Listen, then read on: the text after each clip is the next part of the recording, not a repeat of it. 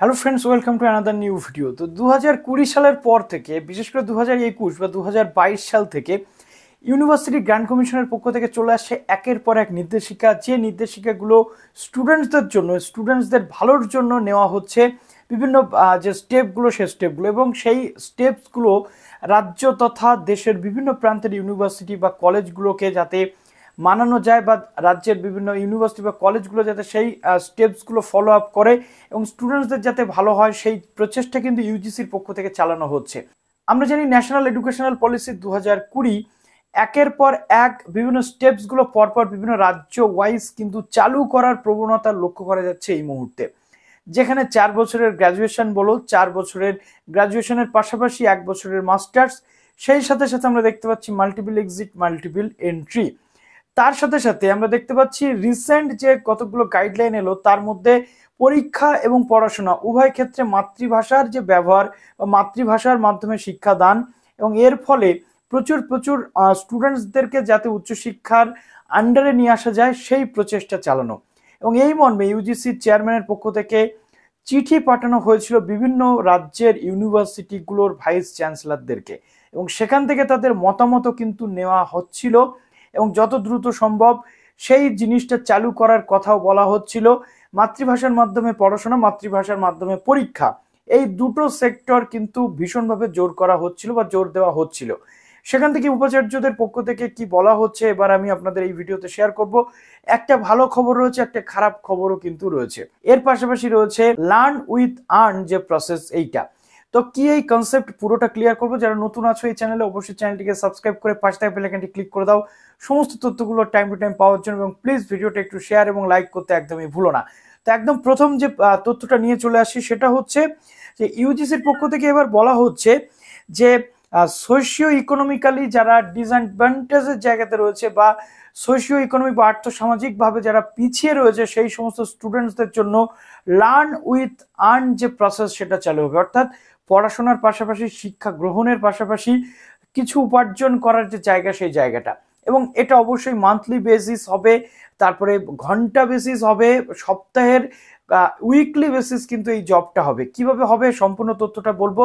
প্রথমত মহিলাদের ক্ষেত্রে, ট্রান্সজেন্ডারদের ক্ষেত্রে এবং পিছিয়ে পড়া শ্রেণী লাইক এসসি এসটি বা ব্যাকওয়ার্ড ক্লাসেস যারা রয়েছে তাদের জন্য, এবং যারা এডুকেশনালি ইকোনমিক্যাল ব্যাকওয়ার্ড আইডেন্টিটি, যারা ওবিসি রয়েছে, নন ক্রিমিলিয়া তাদের জন্য, এবং ইকোনমিক্যালি উইকার সেকশন ইডব্লিউএসদের জন্য, students from vernacular medium school যে সমস্ত রয়েছে, ফার্স্ট জেনারেশন লার্নার্স, অর্থাৎ যে সমস্ত পরিবারে এর আগে কখনো কোনো জেনারেশন পড়াশোনা করেনি, এটাই ফার্স্ট জেনারেশন বা কোনো স্টুডেন্ট সেই পরিবারে প্রথম পড়াশোনা করছে, তাদের জন্য ব্যবস্থা করা হচ্ছে। এছাড়া মাইনরিটি, রিলিজিয়াস যে সমস্ত মাইনরিটিস রয়েছে, লিঙ্গুইস্টিক মাইনরিটিস যারা রয়েছে, অর্থাৎ ভাষাগত দিক থেকে, জাতিগত দিক থেকে যারা সংখ্যালঘু তাদের জন্য, এবং পার্সনস উইথ ডিসেবিলিটি, অর্থাৎ বেঞ্চ মার্ক, যাদের ডিসেবিলিটি বেঞ্চ মার্ক যাদের একটা নির্দিষ্ট লেভেলে রয়েছে তাদের জন্য, এবং মাইগ্রেন্ট যে সমস্ত কমিউনিটিস রয়েছে, লো ইনকাম যাদের রয়েছে, এই প্রত্যেকের জন্য কিন্তু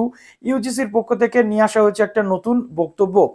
যে জায়গাতে দাঁড়িয়ে ইউজিসির পক্ষ থেকে বলা হচ্ছে যে কলেজ বা ইউনিভার্সিটিতে স্টুডেন্টসরা পড়াকালীন তাদের জন্য কিন্তু আর্নিং এর ব্যবস্থা এবার থেকে করা হবে। কিসের আর্নিং? প্রধানত বেনিফিট কি হবে এই স্কিমের? বেনিফিট হচ্ছে এমপ্লয়াবিলিটি বা এই কর্মসংস্থান যদি তৈরি করা যায়, তাহলে স্টুডেন্টসরা পড়াশোনার পাশাপাশি কিন্তু লার্ন উইথ আর্ন যে মেথড বা স্কিম, এটা নিয়ে আসা হচ্ছে। অর্থাৎ পড়াশোনার পাশাপাশি কোনো স্টুডেন্ট কিন্তু চাইলে সে ইনকাম করতে পারে তার পড়াশোনার খরচ চালাতে গেলে। কেননা আমরা দেখছি যে বিভিন্ন মেরিটোরিয়াস স্টুডেন্টস যারা টাকার অভাবে তারা কিন্তু পড়াশোনা কমপ্লিট করতে পারে না বা কন্টিনিউ করতে পারে না, তাদের জন্য এই ব্যবস্থাটা কিন্তু করা হচ্ছে। এর একাধিক বেনিফিটস রয়েছে। প্রধানত কোন কোন জায়গাতে এই যে বিষয়গুলো এগুলো হবে দেখো। প্রথমত দেখো, বলা হচ্ছে এই যে engagement provided with needy student যারা থাকবে তাদের জন্য এই ব্যবস্থা করা হবে। প্রথমত রিসার্চ ওয়ার্কে তাদের ইনক্লুড করা হবে, অর্থাৎ রিসার্চ ওয়ার্ক যেগুলো হয় ইউনিভার্সিটিতে, সেই জায়গাতে তাদের কাজ দেওয়া হবে। প্রথমত রয়েছে প্রজেক্ট উইথ অ্যান অ্যাসিস্ট্যান্টশিপ তারা করতে পারবে, ঠিক আছে। তারপরে লাইব্রেরি অ্যাসাইনমেন্টে তারা কাজ করতে পারবে, কম্পিউটার সার্ভিস, ডেটা এন্ট্রি, এবং ল্যাবরেটরি যে সমস্ত অ্যাসিস্ট্যান্ট হিসেবে কাজ করেন, অর্থাৎ ল্যাব অ্যাসিস্ট্যান্ট বা ল্যাব অ্যাটেন্ডেন্ট, সেই জায়গাতে স্টুডেন্টসদেরকে এবার জবের ব্যবস্থা করে দেওয়া হবে। এর ফলে কি হবে, বেনিফিট যেগুলো হবে প্রধানত তাদের স্কিলটা ডেভেলপ হবে, তার পাশাপাশি তারা কিছু আর্ন করতে পারবে। তারপরে আর্ন হোয়াইল লার্ন স্কিমের মধ্যে তাদের বিভিন্ন যে ড্রপ আউট যে রেট, অর্থাৎ পড়াশোনার অভাবে যে পড়াশোনা ছেড়ে দিয়ে চলে যাওয়ার যে প্রবণতা, সেটা কমে যাবে। তার পাশাপাশি আমরা দেখতে পাচ্ছি যে প্রপার ইফেক্টিভ ইমপ্লিমেন্টেশনের যদি হয়, তাহলে অনেক পরিবার কিন্তু এর থেকে অনেক ভালো একটা জায়গাতে পৌঁছতে পারবে। তো এটা যে সমস্ত স্টুডেন্টসদের প্রয়োজন রয়েছে তারাই পাবে। খুব শীঘ্রই আমাদের ওয়েস্ট বেঙ্গলে এটা চালু হয় কিনা সেটা আমরা অবশ্যই দেখব। এবার আমাদের লাস্ট যে বক্তব্যটা ছিল প্রধানত উচ্চশিক্ষা, মাতৃভাষার মাধ্যমে উচ্চশিক্ষা দান। দেখো, প্রথমত মাতৃভাষার মাধ্যমে উচ্চশিক্ষা দানের যে নিদান ইউজিসির পক্ষ থেকে দেওয়া হয়েছে, রাজ্যের বিভিন্ন কলেজ ইউনিভার্সিটি সেটা নিয়ে রিয়াক্ট করেছে। সেই রিয়াকশনের জায়গাটা কি, এটা কিন্তু খুবই স্পষ্ট। প্রধানত মাতৃভাষার মাধ্যমে শিক্ষাদানের অর্থ এবং মাতৃভাষার মাধ্যমে শিক্ষা দিতে গেলে যেমন তার রিসোর্স দরকার, প্রধানত প্রথমেই আগে দরকার যে সমস্ত শিক্ষকরা মাতৃভাষার মাধ্যমে শিক্ষাদান করবেন তাদের প্রপার নলেজ থাকতে হবে। এক একটা ইউনিভার্সিটি বা কলেজে যে মাতৃভাষার মাধ্যমে শিক্ষাদান করা হবে এটা কিন্তু খুবই জটিল প্রসেস। কিভাবে, এর যেমন পজিটিভ দিক আছে, মাতৃভাষার মাধ্যমে শিক্ষা পেলে স্টুডেন্টসরা প্রত্যেকটা জায়গাতে খুব ভালোভাবে বুঝতে পারবে এবং তার পাশাপাশি তারা খুব ভালোভাবে পড়াশোনাতে মনোযোগী হতে পারবে। কেননা মাতৃভাষা হচ্ছে এমন একটি ভাষা যা মাতৃদুগ্ধের সমান, যে ভাষার মাধ্যমে আমরা যখন পড়াশোনা করতে পারবো, যখন আমরা অনেক বেশি নলেজ কিন্তু সেখান থেকে গেইন করতে পারবো। কেননা ইংরেজিতে পড়তে গেলে অনেকের প্রবলেম থাকে, যেমন প্রেসিডেন্সি ইউনিভার্সিটিতে ইংরেজিতে পুরোপুরি পড়ানো হয় বলে অনেকের প্রবলেম হয়, এই নিয়ে অনেকে বক্তব্য রেখেছে।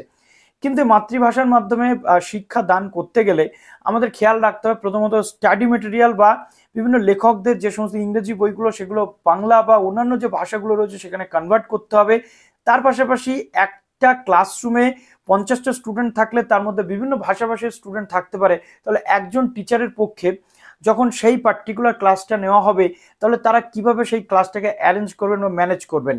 এবং একাধিক ভাষা রয়েছে, মাতৃভাষা বলতে কয়েকটি ভাষা শুধু নয়, আমাদের ওয়েস্ট বেঙ্গলে শুধু 8খানা মাতৃভাষার প্রচলন রয়েছে। 8খানা মাতৃভাষা ভাষীর মানুষরা কিন্তু এখানে বাস করেন।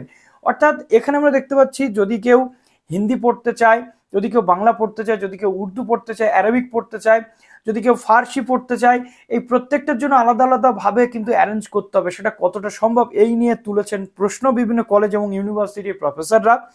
প্রথমত লেডি ব্রেবন কলেজের অধ্যক্ষ শিউলি সরকার বলছেন, আমার কলেজে একটি ক্লাসরুমে কেউ উর্দু ভাষী, কেউ বাংলা, কেউ হিন্দি ভাষী, ওদের সবাইকে পড়ানোর মতো সব ভাষা জানার শিক্ষক কোথায়?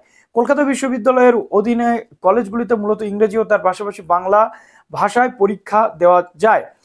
সহ-উপাচার্য আশিস চট্টোপাধ্যায়ের বক্তব্য রয়েছে, আমাদের রাজ্যের যেমন মাতৃভাষার মানে তো শুধু বাংলা নয়, আরো নানা ভাষা রয়েছে, তাতে বইপত্র কোথায়? এটা জেনুইন একটা ব্যাপার। মাতৃভাষার মাধ্যমে শিক্ষা দিতে গেলে তার বইপত্র অবশ্যই প্রয়োজন। এখন জ্ঞান চর্চার বিষয়টি ইংরেজি কেন্দ্রিক, অর্থাৎ বেশিরভাগ ক্ষেত্রে অনার্স লেভেল বলো বা পাস লেভেল বলো, ভালো কোনো কন্টেন্ট যদি আমাদের পেতে হয় তাহলে কিন্তু ইংরেজিতেই আমাদেরকে পড়তে হয়। আমরা দেখেছি বিভিন্ন প্রজেক্ট বা অ্যাসাইনমেন্ট করতে গেলে আমাদের গুগল সার্চ করে ইংরেজি থেকেই কিন্তু সেটাকে বাংলা বা অন্যান্য ভাষাতে কনভার্ট করে ব্যবহার করতে হয়। তো এটা একটা বহুত ক্রিটিক্যাল একটা জিনিস কিন্তু তৈরি হচ্ছে এই মুহূর্তে, যেটা কিন্তু যথেষ্ট নেগেটিভ ইম্প্যাক্ট ফেলছে। তো এই কিভাবে মিশ্র ভাষাভাষীর পড়ুয়াদের পড়ানো যাবে, বিদেশি পড়ুয়াদের ক্ষেত্রে বা কি নীতি নেওয়া হবে? স্কটিশ চার্চ কলেজের অধ্যক্ষ মঞ্জুরি মন্ডলের পর্যবেক্ষণ, আমি নিজে পোল্যান্ডে গিয়ে দেখেছি। তিনি বলছেন সেখানে উচ্চশিক্ষার কাজ মূলত পলিশ ভাষায় হয়, কিন্তু আমাদের দেশে তা নয়। এখানে একাধিক ভাষাভাষীর দেশ, এখানে একটা পার্টিকুলার ভাষাতে কিন্তু পড়াশোনা করানো সম্ভব নয়। তাছাড়া আমাদের কলেজ ঐতিহাসিকভাবে ইংরেজি মাধ্যমের। প্রেসিডেন্সি বিশ্ববিদ্যালয়ের ইংরেজিতে ক্লাস বুঝতে না পেরে বহু পড়ুয়া প্রতিষ্ঠান ছেড়ে দিয়েছেন, সেখানে মাতৃভাষার পড়ানোর দাবি রয়েছে। ছাত্রছাত্রীরা মনে করেন মাতৃভাষার সংজ্ঞা আরো পরিষ্কার হওয়া দরকার। অর্থাৎ এটা নিয়ে ইউজিসি যে বলেছেন, এখানে যথেষ্ট কনসার্ন ইস্যু রয়েছে, যথেষ্ট কনফিউশন রয়েছে। তো এই ছিল আজকের এই তথ্যটা। এবার আগামী দিনে দেখা যাক এই যে বিষয়গুলো রয়েছে সেগুলো কি হতে চলেছে, এই নিয়ে তো একাধিক জল্পনা চলছে।